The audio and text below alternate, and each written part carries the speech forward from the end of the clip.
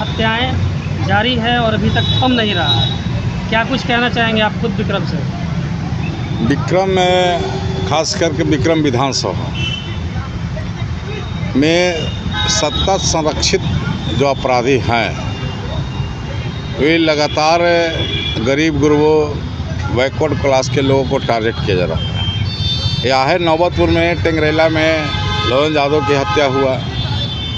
गुड्डू कुमार जो कारोबारी है, वैश्य समाज से आता है, उसको जेल से धमकी दिया गया रंगदारी के लिए कि अगर रंगदारी नहीं देते तो हत्या कर दी जाएगी। इसके बाद बाघा कोल में रोशन यादव की हत्या कर दी गई। अभी फ़िलहाल रामाकांत यादव जो कारोबारी था उसको उसके घर पर चढ़कर हत्या की गई। ये जो लगातार हत्याएं हो रही है और चुन चुन कर जो बैकवर्ड क्लास के लोग की हत्याएं की जा रही है, ये सत्ता संरक्षित अपराधियों का देन है और पुलिस उस पर मुख्य दर्शक बनी हुई है। इसी मामले को लेकर कल जन आक्रोश था विक्रम में।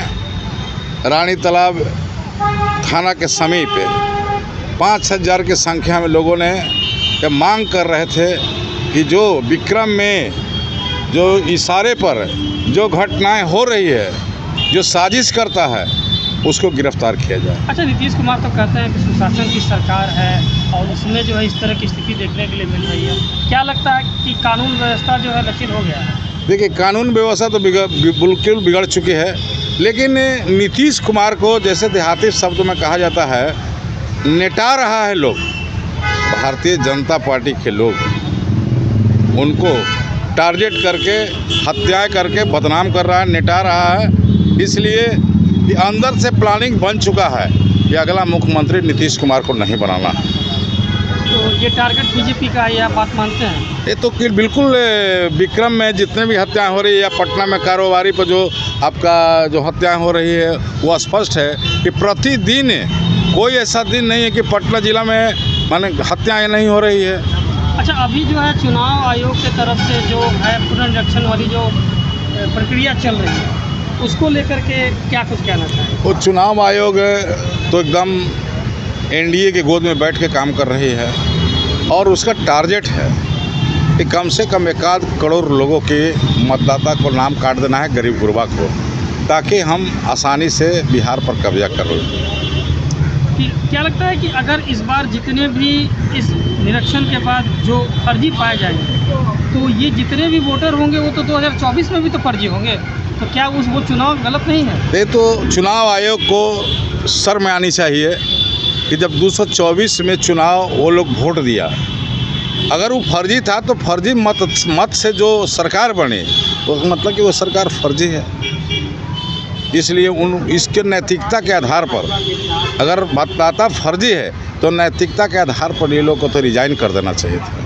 अच्छा, रिजाइन की बात की है। अभी जो है आपको बीजेपी के जो नेता हैं, मंत्री जो हैं, वो आपको नकली दवा के कारोबार में पकड़े गए और मात्र उन्हें साल भर की सज़ा हो। इसको लेकर के क्या कुछ कहें? ये तो बीजेपी वाले लोग कह रहे हैं कि नहीं, झूठा आरोप है। जी।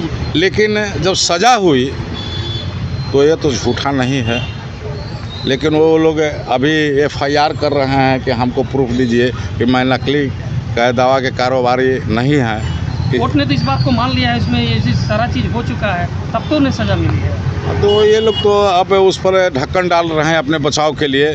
तो पब्लिक के बीच में जो बदरेशन फैला है कि नकली दवा के कारोबारी थे, उसको बचाव के लिए ये लोग अपना पर्दा डाल रहे हैं। और बीजेपी के जो इस तरह के धाकड़ नेता जो हैं, जो आजकल रोड पे ही जो है वैसे काम करने लगे हैं, उसको लेकर के क्या कुछ कहना चाहिए? ये तो बहुत शर्मनाक घटना है। जो बेटी बचाओ और बेटी पढ़ाओ के जो नारा देते हैं वो गलत है। जो धाकड़ साहब बीच रोड पर जो की है वो बहुत शर्मनाक है और वैसे लोगों को पार्टी से निष्कासित कर देना चाहिए। लेकिन ये लोग शर्मसार हैं और उस पर कोई कार्रवाई नहीं कर रहे हैं। कहीं ना कहीं अगर बाहर के लोग अगर यहाँ आए हैं तो उसके लिए तो केंद्र सरकार के गृह मंत्री दोषी होते हैं। उनका काम है ये देखना कि लोग अंदर आ रहे हैं, कौन बाहर जा रहा है। तो कहीं ना कहीं इसमें बीजेपी का ही बड़ा हाथ है लोगों को अंदर लाने का। नहीं, ऐसी कोई बात नहीं है। उस तो बीजेपी के वो अपना उसका व्यवस्था है और उनके व्यवस्था में कमी तो जरूर हुई, तो इसलिए बाहर के लोग अंदर आए हैं। आखिर दोषी तो वही हैं। हाँ, आखिर का सरकार वो हैं और गृह मंत्री वो हैं और उनके सारे माने तंत्र उनका है, तो अगर आ जाता है बाहरी आदमी तो दोषी तो खुद है। अच्छा, जो सबसे बड़ी बात अभी जो है कि